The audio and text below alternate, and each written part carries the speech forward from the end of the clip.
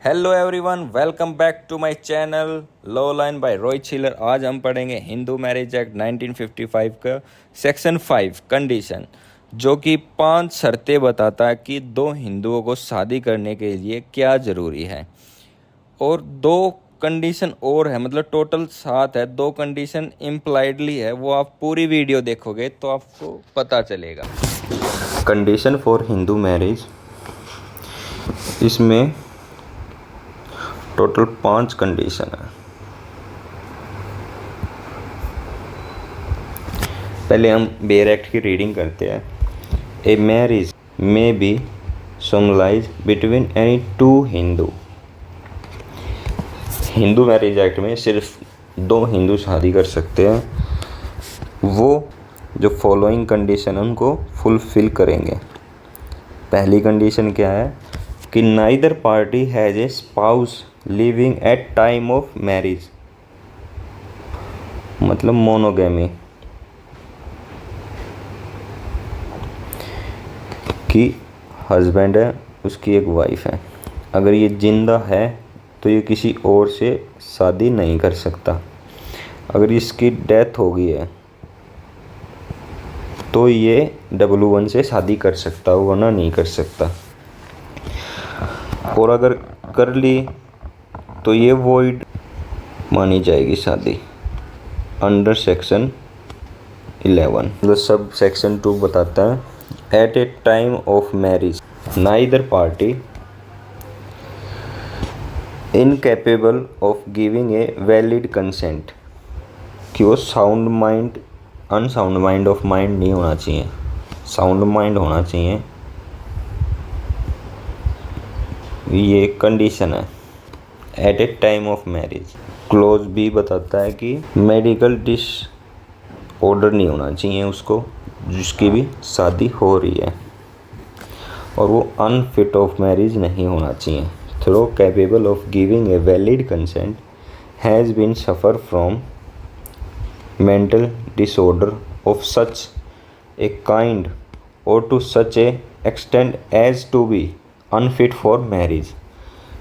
ये कंडीशन है कि वो अनफिट नहीं होना चाहिए at a time of marriage. Section 5 sub section 2 का क्लोज सी बताता है has been subject to recurrent attacks of insanity.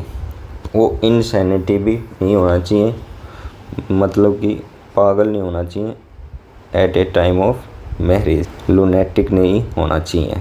Section 5 का सब सेक्शन 3 बताता है कि जो ब्राइड ग्रूम है has the complete the age of 21 year, कि जो मेल है उसकी एज तो 21 होनी चाहिए at a time of marriage, और जो ब्राइड है उसकी एज 18 ईयर होनी चाहिए at a time of marriage.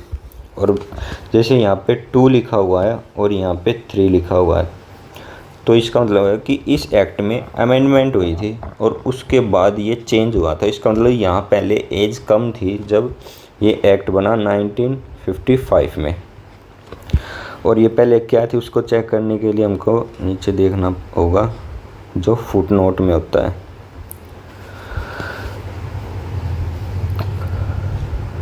ये रेड 2, इसमें बताया गया है कि जो 18 ईयर एज है वो 1 अगस्त 1978 में हुआ था।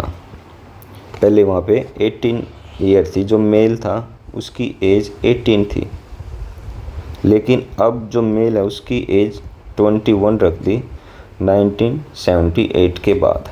और जो ब्राइड ग्रूम थी उसमें 3 लिखा हुआ था, तो यहाँ बताया कि पहले जो ब्राइड ग्रूम की एज थी वो 15 ईयर थी, लेकिन 1 अगस्त 1978 के बाद एज 18 कर दी, पहले 15 थी। सब सेक्शन 4 देखते हैं। The party are not within the degree of prohibited relationship. और ये प्रोहिबिटेड रिलेशनशिप क्या होते हैं ये भी जानेंगे हम। इसमें एक एक्सेप्शन भी जहाँ अनलेस आ जाता है, उसका मतलब होता है कि वहाँ exception, unless the custom or uses govern each of them permitted of the marriage between the to, कि वैसे तो शादी होगी नहीं, प्रोहिबिटेड जो रिलेशनशिप है, जैसे एग्जांपल चाची और भतीजा, चाचा भतीजी, इस तरीके के जो ये रिलेशन होते हैं ये प्रोहिबिटेड रिलेशन होते हैं। जैसे कि देवर और भाभी भी है, लेकिन इसमें अनलेस एक्सेप्शन, जैसे हरियाणा में जो जाट कम्युनिटी है उसमें अगर भाई की डेथ हो जाती है तो वो अपनी भाभी के साथ शादी कर सकता है। तो वहाँ ये एक्सेप्शन है कि जहाँ कस्टम चल रहा है पीछे से बहुत सालों से, तो वहाँ तो शादी हो सकती, वरना प्रोहिबिटेड जो रिलेशन होते हैं वहाँ पे नहीं हो सकती। सब सेक्शन 5 ऑफ सेक्शन 5 बताता है कि the party are not sapindas of each other, कि सपिंदाज नहीं होने चाहिए अनलेस सेम एक्सेप्शन है द कस्टम और usages governing each of them permitted of a marriage between the two. Sapindas कौन होते हैं? सपिंदाज होते हैं फादर की साइड से 5 जनरेशन और मदर की साइड से 3 जनरेशन में जो भी आता है वो सपिंदाज होते हैं। एक्सेप्शन है कि जो कस्टम और यूजेज है govern each of them permitted of marriage between the to. जैसे केरला में मामा और भांजी शादी कर सकते हैं, तो वहाँ पे कस्टम है वहाँ का, तो वो शादी वैलिड मानी जाएगी। अगर कस्टम नहीं और फिर भी शादी कर ले तो वो शादी वॉइड डिक्लेयर होगी। और वॉइड सेक्शन 11 बताता है वॉइड मैरिज, और सेक्शन 12 बताता है voidable marriage. Any marriage solemnized after the commencement of this act shall be null and void and may on the petition present by either party। जैसे कि भाई बहन ने शादी कर ली तो वो शादी वॉइड डिक्लेयर होगी, उसकी कोई मतलब कोई राइट नहीं ले सकते वे कभी भी। और इसमें देखो आगे against the other party sub section का क्लोज 1, 4 और 5 ऑफ सेक्शन 5। ये 1, 4 और 5 कौन से हैं? 1 तो ये हो गया मोनोगेमी, कि अगर एक बार एक शादी हो चुकी है और वो जो पार्टनर है वो लिविंग है तो दूसरी शादी नहीं हुई तो वो वॉइड डिक्लेयर हो जाएगी। और 4 जो प्रोहिबिटेड डिग्री में आता है, और 5 जो सपिंदाज में आता है। अब इसको हम थोड़ा और ब्रीफ में देखते हैं। यही पहला मोनोगेमी, दूसरा अनसाउंड माइंड, तीसरा लीगल एज, 4 जो है प्रोहिबिटेड रिलेशनशिप, और जो 5 है वो सपिंदाज। टाइप ऑफ मैरिज, एक वो वैलिड मैरिज है, एक वॉइडेबल मैरिज है और एक वॉइड मैरिज है, जो अभी देखा था आपने सेक्शन 11 में, वॉइडेबल सेक्शन 12 में। और वैलिड मैरिज तो वो होगी जो इन सभी को फुलफिल करती है। वॉइडेबल मैरिज कौन सी होती है? वॉइडेबल मैरिज होती है कि जो एज है, अगर वो अनसाउंड माइंड है और उसकी शादी हो जाए, तो अगर जो दूसरा पार्टनर है वो डिवोर्स पेटिशन फाइल नहीं करता तो ये शादी बाद में वैलिड हो जाएगी। स्टार्टिंग में तो वॉइडेबल होगी लेकिन बाद में वैलिड हो जाएगी। और ये उसके पार्टनर के ऊपर है कि वो शादी कंटिन्यू करना चाहता है या नहीं। और इसका भी एक टाइम पीरियड होता है कि 1 साल तक, अगर 1 साल तक वो जो उसका स्पाउस है, पार्टनर है, वो अगर डिवोर्स पेटिशन फाइल नहीं करता तो वो मैरिज वैलिड डिक्लेयर हो जाएगी ऑटोमेटिकली। और अगर कर देता है तो वो वॉइडेबल रहेगी। वॉइडेबल मतलब कि पार्टनर के हाथ में है कि वो शादी कंटिन्यू करना चाहे या डिवोर्स लेना चाहे। और वॉइड तो है नल एंड वॉइड है। जीरो वैल्यू है जिसकी इन द आइज ऑफ लॉ। ये वही है सेक्शन 5। तो थोड़ा डिटेल में देखते हैं हम अब। मोनोगैमी मतलब कि neither party has a spouse living at a time of marriage. ये एक एसेंशियल कंडीशन है फॉर हिंदू मैरिज एक्ट में सेक्शन 5 का सब सेक्शन 1 में। मतलब इसका यही है कि एक टाइम पे एक ही पार्टनर होना चाहिए। एग्जाम्पल के थ्रू देखते हैं हम। हस्बैंड है, वो W1 से शादी करना चाहता है और जो उसकी पहली वाइफ है W, शी डाइज। तो आफ्टर डेथ ऑफ W वो W1 से शादी कर सकता है, तो वो अलाउड है।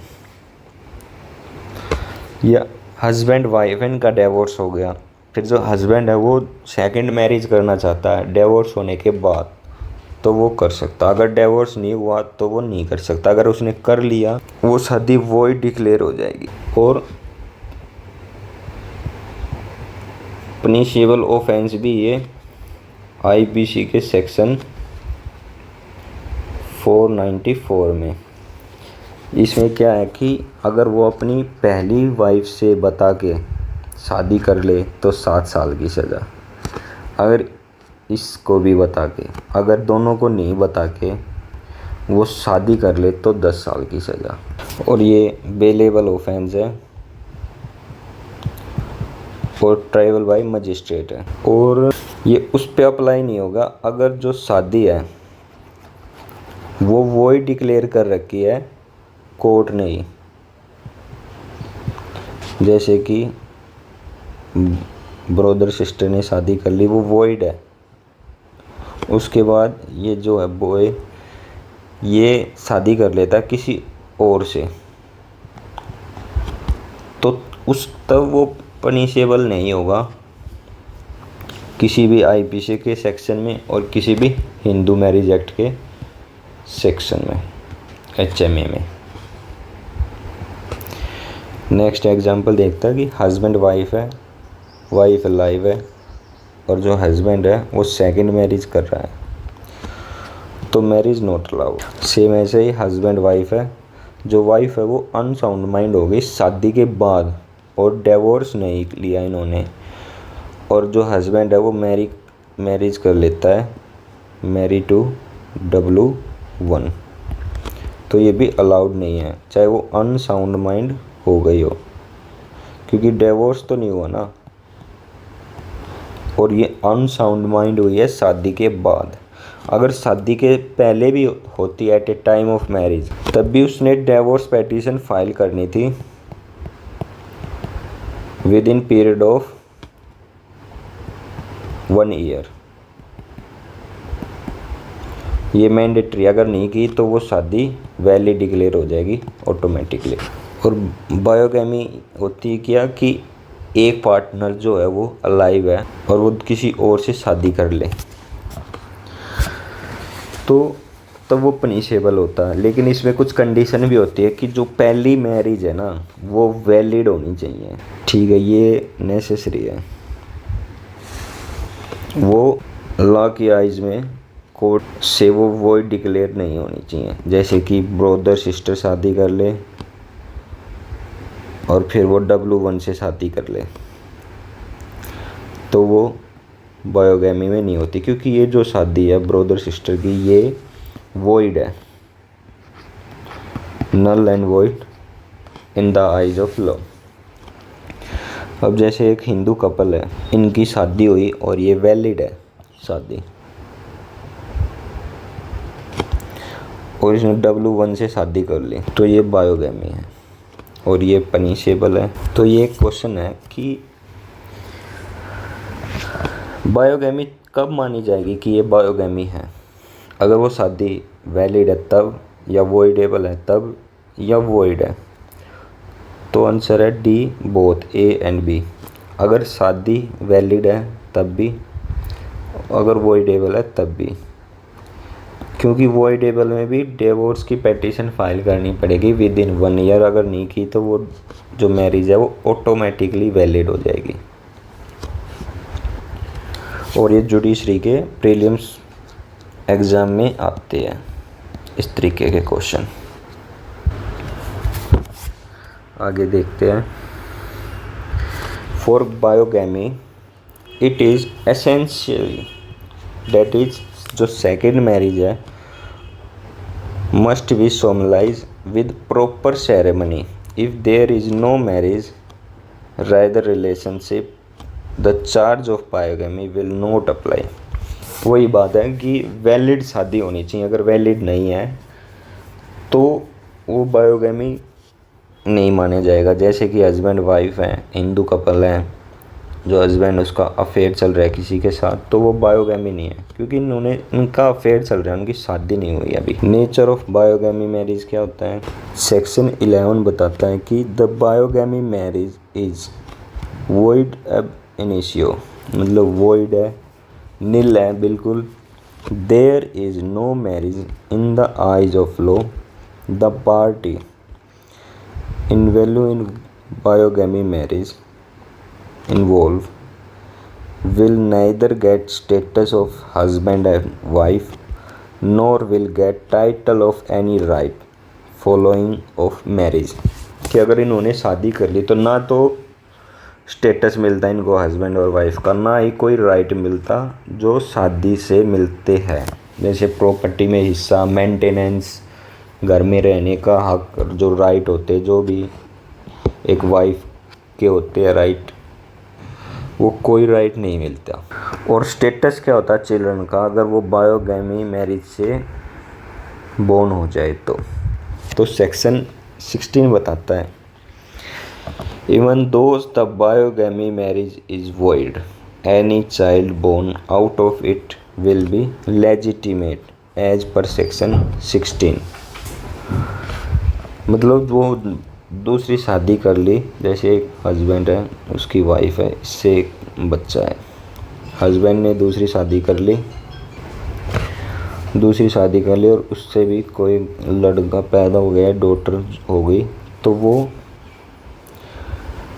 जायज़ मानी जाएगी, लेजिटिमेट मानी जाएगी, क्योंकि इसमें बच्चे का तो कोई कसूर नहीं होता। तो हिंदू मैरिज एक्ट में ये वैलिड है जो चाइल्ड जो भी बोर्न होता है। और बताऊं, जैसे ना हमने पहले देखा कि राइट नहीं मिलेंगे अगर बायोगैमी होगी, लेकिन अभी कुछ जो पहले जजमेंट आई है सुप्रीम कोर्ट की, उसमें मेंटेनेंस दिया है जो वाइफ है, जो सेकंड वाइफ है। क्यों? क्योंकि इस वाइफ को तो पता नहीं ना कि जो उसका हस्बैंड है उसने पहले भी कोई एक मैरिज कर रखी थी, तो इसलिए कोर्ट ने ऑब्जर्व किया और अपनी पावर का यूज़ किया और एक फेयर जस्टिस करते हुए जो मेंटेनेंस है वो अलाउड की, लेकिन और कोई राइट अलाउ नहीं किए। और वो मेंटेनेंस भी इसलिए क्योंकि इंसान को पैसा तो चाहिए होता है ना जीने के लिए, तो इसलिए जो वाइफ है उसकी कोई गलती तो थी नहीं, तो इसलिए उसकी मेंटेनेंस अलाउड कर दी, लेकिन वो भी अपनी स्पेशल पावर में, कहीं लॉ में ये लिखा हुआ नहीं है कि उसको मेंटेनेंस मिलेगा, लेकिन सुप्रीम कोर्ट ने अपनी पावर से किया है कंप्लीट जस्टिस करते हुए। और बायोगैमी की punishment under section 17 Hindu marriage act और सेक्शन 494 और 495 ऑफ इंडियन पिनल कोड। और जो BNS है 2023 उसमें सेक्शन 82 में है। इन दोनों में कोई चेंज नहीं किया, सेम है एज इट इज़।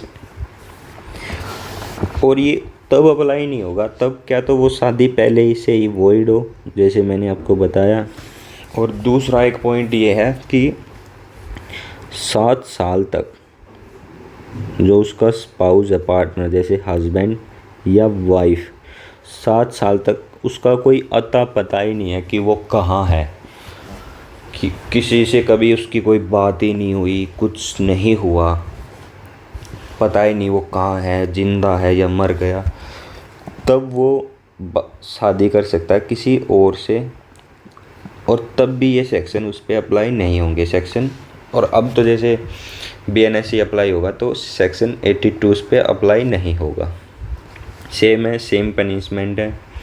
बता के कर ली तो 7 साल की सज़ा है, और बता के नहीं की तो 10 साल की सज़ा है। बेलेबल ऑफेंस है, ट्राइबल बाय मजिस्ट्रेट है। इसमें यही बताते हैं कि सेक्शन 494 क्या कहता है पनिशमेंट की, कि पार्टनर अगर जिंदा है तो शादी नहीं की जाएगी। ये कि जनरल रूल 7 साल की, अगर बताई भी नहीं और धोखा दे के शादी की तो 10 साल की सज़ा है। बायोगेमी का मुस्लिम के ऊपर क्या इम्पैक्ट होता है? जो मुस्लिम मैन है ना वो 4 शादी कर सकता है। The offence of bigamy does not apply on the male because they are permitted by entire in the polygamy upon 4 degree. 4 शादी, 4 वाइफ रख सकता है एक मुस्लिम मैन। मुस्लिम मैन है ना गिल्टी प्रूव हो सकता है सेक्शन 494 में in case of 5th marriage. अगर उसने 5वीं शादी कर ली ना तब इस पे ये सेक्शन अप्लाई होंगे मेल पे, जो मुस्लिम मेल है उस पे। और जो मुस्लिम फीमेल है उनके ऊपर बायोगेमी अप्लाई होगा, क्योंकि जो फीमेल है, जो मुस्लिम फीमेल है वो एक ही शादी कर सकती है, वो बायोगेमी नहीं कर सकती। अगर उसने दूसरी शादी करी at a time of spouse live तो सेक्शन IPC 494। लेकिन अब तो BNS आ गया तो BNS का 82 सेक्शन। टोटल राइट देख लेते हैं कि क्या हो सकता है क्या नहीं हो सकता। क्रिमिनल प्रोसीजर क्या हो सकता है, मैट्रिमोनियल क्या हो सकता है और सिविल क्या हो सकता है। क्रिमिनल यही है कि 494 और BNS में 82। मैट्रिमोनियल डिवोर्स पेटिशन फाइल्स कर सकते हैं under section 13 of Hindu marriage act का। सिविल में अगर शादी होने वाली है, हुई नहीं है, तो टेम्परेरी इंजंक्शन ले सकते हैं, उस शादी को रोक सकते हैं। ये एक केस है प्रतीक्षा वर्सेस प्रवीण दिनकर त्रिपाठी, वहाँ पे ये डिक्लेयर हुआ था। और ये section 34 of Indian contract special relief act का SRA का सेक्शन 34 में भी हम सिविल राइट ले सकते हैं। और जो सेकंड वाइफ है या सेकंड हस्बैंड हो वो क्या कर सकता है? वो भी ये सेम चीज़ें 495 लगा सकता है, जिसमें 10 साल की सज़ा होगी, क्योंकि बताई नहीं थी ना, बिना बताए शादी कर ली, धोखा दिया, जिससे जो सेकंड वाइफ या सेकंड हस्बैंड होगा। मैट्रिमोनियल डिस्प्यूट में ये क्या कर सकता है कि जो अपनी शादी है वो वॉइड डिक्लेयर करा सकता है डिवोर्स पेटिशन फाइल करके, लेकिन ये राइट फर्स्ट वाइफ के पास नहीं होगा। Right to claim maintenance under section 25 of Hindu marriage act और सेक्शन 125 ऑफ CRPC कि मेंटेनेंस तो ले ही सकते हैं। जैसे आज मैंने बताया था थोड़ी देर पहले कि जजमेंट बहुत आई है जिससे मेंटेनेंस अलाउ कर दिया। सिविल राइट क्या ले सकते हैं? Right to claim damages suffering from mental, तो ये राइट ले सकते हैं। और अगर ये फर्स्ट वाइफ में मैंने बताया था कि नल एंड वॉइड कर सकते हैं, लेकिन first wife null and void अपनी मैरिज नहीं करा सकती, लेकिन वो डिवोर्स पेटिशन फाइल कर सकती है अंडर सेक्शन 13। आगे बढ़ते देखते हैं सेक्शन 5 का सब सेक्शन 2, जो कि बताता है कि जो पार्टनर है वो साउंड माइंड होना चाहिए। साउंड माइंड मतलब कि इतनी सोच समझ उसमें होनी चाहिए कि वो क्या कर रहा है, कि किससे शादी कर रहा है, और अपनी वैलिड कंसेंट वो दे सके। इसमें अगर at a time of marriage जो स्पाउस था वो अनसाउंड माइंड है तो वो शादी वॉइडेबल होगी। इफेक्ट क्या होते हैं साउंड माइंड अनसाउंड माइंड के? कि वही कि जो स्पाउस है, जो एग्रेसिव स्पाउस है, वो अपनी शादी को 1 साल के अंदर अंदर वॉइड डिक्लेयर करा दे। इसमें यह है कि अगर उस टाइम पे ही है तो वो वॉइडेबल मैरिज होती है, अंडर सेक्शन 12 में आती है, और 1 साल के अंदर पेटिशन फाइल करेगा तो वो वॉइड हो जाएगी। अगर पोस्ट मैरिज इंसैनिटी है, मतलब कि शादी होने के बाद वो अनसाउंड माइंड हुआ, तो जो स्पाउस है वो उसके पास ग्राउंड होता है डिवोर्स का, जो सेक्शन 13 में आता है। और ये सेक्शन 13 का सब सेक्शन 1 का सब क्लोज 3 है, उसमें वो पेटिशन फाइल करे और तब डिवोर्स ले सकते हैं। इसमें कुछ 2 क्वेश्चन इंपॉर्टेंट है।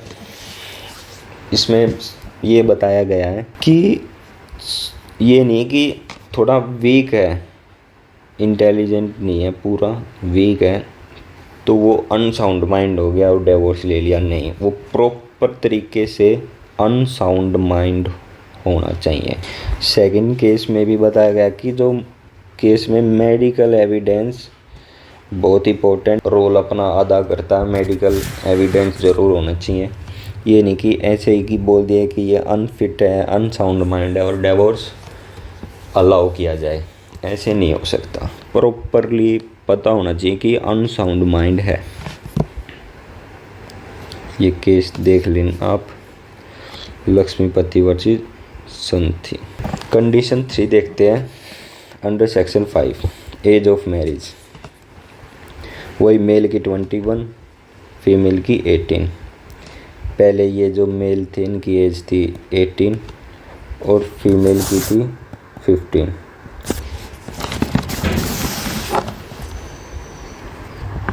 लेकिन ये 1978 में चेंज हो गई और एज 21 और 18 हो गई। अगर शादी कर ली जाए जबकि एज 21 नहीं है, जैसे 20 साल है लड़के की और लड़की की 17 साल है, तो दोनों को सज़ा मिलेगी 2 साल तक की रिग्रेस इम्प्रिजमेंट और फाइन भी। और इसमें और फाइन है, एंड फाइन नहीं है, तो फाइन लग के भी छूट सकते हैं और वो फाइन 1 लाख रुपए तक हो सकता है। और ये अंडर सेक्शन 18 में है हिंदू मैरिज एक्ट के, और ये पनिशेबल भी है। चाइल्ड मैरिज जो एक्ट है 2006 उसमें भी ये पनिशेबल है। अगर 18 एज लड़की की 18 है और लड़के की 20 ही है तो लड़कियों को पनिशमेंट होगी, लड़की को नहीं होगी। ये हो सकता है ना उसमें कि इसने तो हमारी एज 21 बताई थी, और क्या होता है जैसे लड़के की अगर 18 की भी एज होना तो वो 21-22 का लगता है। और ये नहीं कि इनको ही सज़ा होगी, इनके माता पिता जो है उनको भी सज़ा होगी अगर ये दोनों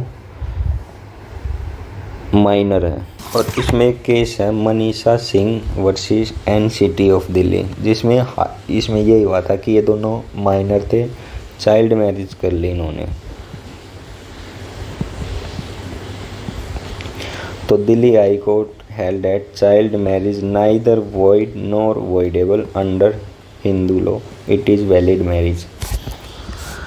तो ये पता नहीं चला कि ये शादी क्या है, तो हाई कोर्ट ने तो वैलिड डिक्लेयर कर दी, क्योंकि हिंदू लॉ में अंडर सेक्शन 7, 11 और 12 में बता ही नहीं रखा कि अगर इस एज में शादी नहीं हुई तो क्या होगा।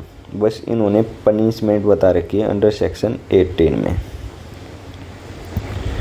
फिर हमने इसमें देखा कि जो हिंदू मैरिज एक्ट में तो पनिशमेंट है rigorous imprisonment not less than 2 year और 1 लाख रुपए और बहुत। और सेक्शन 13 में डिवोर्स का है और ये नॉन अवेलेबल है। लेकिन चाइल्ड मैरिज एक्ट है जो 2006, prohibition of children marriage act 2006, इसमें बताया गया कि ये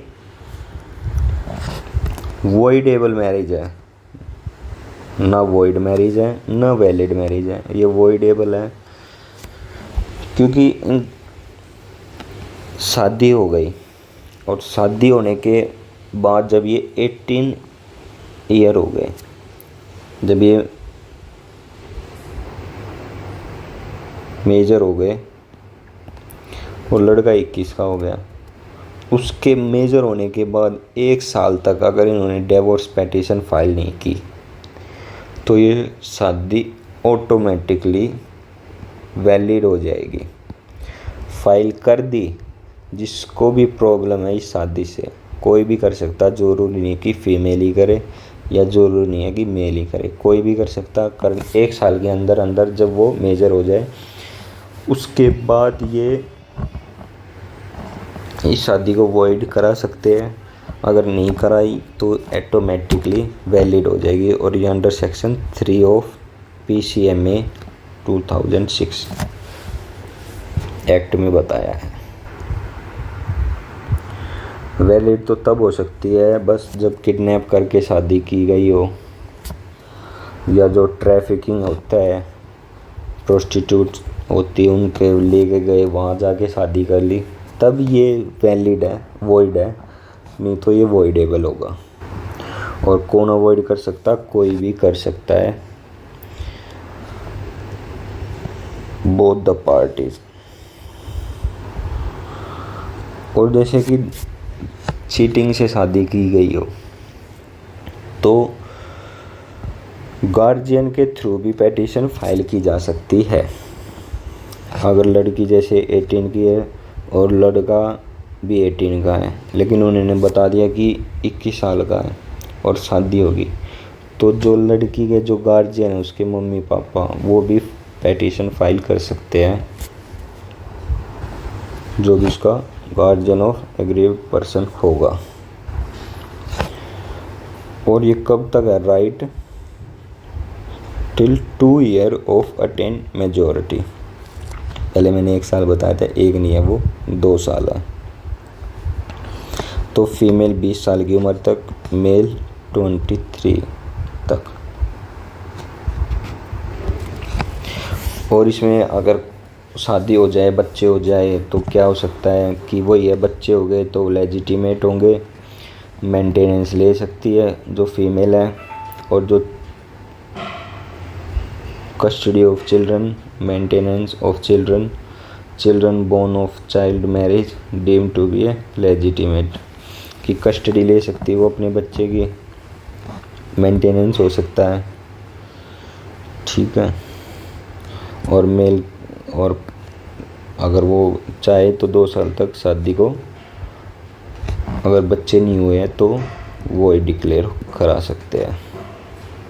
और पनिशमेंट सेम है, rigorous imprisonment not extend to 2 years और फाइन और बोथ। और फाइन 1 लाख तक हो सकता है।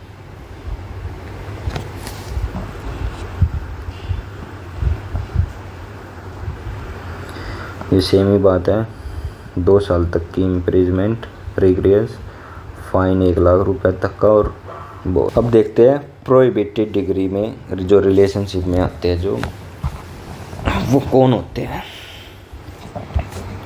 तो under section 3G Hindu marriage act का बताता है कि कौन कौन है, तो हम पहले वही देख लेते हैं। Father daughter, mother son, grandfather granddaughter, grandmother grandson, step parents, step children, father in law, daughter in law, mother in law, son in law, जो फुल ब्लड में जो भी आए, ब्रदर सिस्टर या half blood में या uterine blood में। Full blood मतलब जिसके मम्मी पापा सेम है, हाफ ब्लड में जिसके पापा सेम है लेकिन मम्मी अलग अलग है, और यूट्राइन ब्लड में जिसकी मम्मी सेम है लेकिन फादर अलग अलग है, तो वो भी डिग्री ऑफ प्रोहिबिशन रिलेशनशिप में आते हैं। और जैसे कुछ और भी, जैसे भाभी होगी, ब्रोदर वाइफ होगी, फादर ब्रोदर वाइफ होगी, चाची होगी, मदर ब्रोदर वाइफ होगी, मामी होगी, ग्रैंड फादर ब्रोदर वाइफ होगी, दादी होगी दूसरे जो दादा की, तो ये सब आते हैं। अंकल जो चाचा भतीजे, चाची भतीजा, आंट एंड नेफ्यू, तो ये सभी आते हैं इसमें। जनरल रूल तो है कि शादी नहीं कर सकते, लेकिन एक्सेप्शन अगर कस्टम हो, और वो कस्टम कौन सा है, must be contain reasonable uniform होना चाहिए और पब्लिक पॉलिसी में आना चाहिए, वो तभी हो सकती है, वरना बिल्कुल भी नहीं हो सकती। और सेक्शन 3A बताता है कि कस्टम क्या होते हैं और प्रोहिबिटेड रिलेशन डिग्री में कौन कौन आते हैं, सेक्शन 3 का G बताता है। ये आप बेयर एक्ट की रीडिंग कर लेना, उसमें आपको पता लग जाए, लेकिन मतलब सेम यही है। असेंडेंट डिसेंडेंट जो होते हैं वाइफ हस्बैंड के या पेरेंट्स के या सिबलिंग्स के, वो सभी इसमें आते हैं। और अगर इसमें शादी कर ली तो अंडर सेक्शन 18 में सिंपल इम्प्रिजमेंट मिलती है 1 साल तक की, और फाइन 1000 रुपये तक। 1 साल नहीं, 1 मंथ है ये। और ये जो शादी है वो वॉइड मानी जाएगी under section 11 void marriage. Same punishment 1 month simple imprisonment और 1000 रुपये तक का फाइन। जल्दी पढ़ते। सपिंदाज रिलेशनशिप क्या होता है? सपिंदाज वही फादर की तरफ से 5 पीढ़ी, मदर की तरफ से 3 पीढ़ी। सपिंदाज डिक्लेयर बता रखा है सेक्शन 3 के F में, और सेक्शन 11 बताता है कि शादी जो होगी वो वॉइड होगी। पनिशमेंट सेम है, 1 महीना और 1000 रुपये फाइन। एग्जाम्पल देख लेते हैं। ये दादा, ये पापा और ये बेटा। तो इसमें ये है कि जो X है और जो D है वो सपिंदाज है या नहीं है। तो दादा के भाई भी दादा, उनका बेटा और उनकी बेटी, तो ये सपिंदाज है, ये शादी नहीं कर सकते।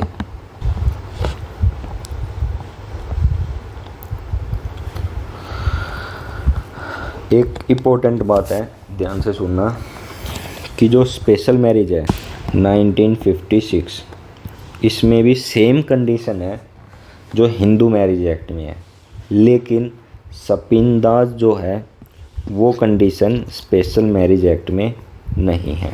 अगर किसी सपिंदाज ने शादी करनी है तो वो स्पेशल मैरिज एक्ट में शादी कर सकता, ना कि हिंदू मैरिज एक्ट में। और जो जितनी भी कंडीशन है जो हिंदू मैरिज एक्ट में, वो सेम स्पेशल मैरिज एक्ट में भी है।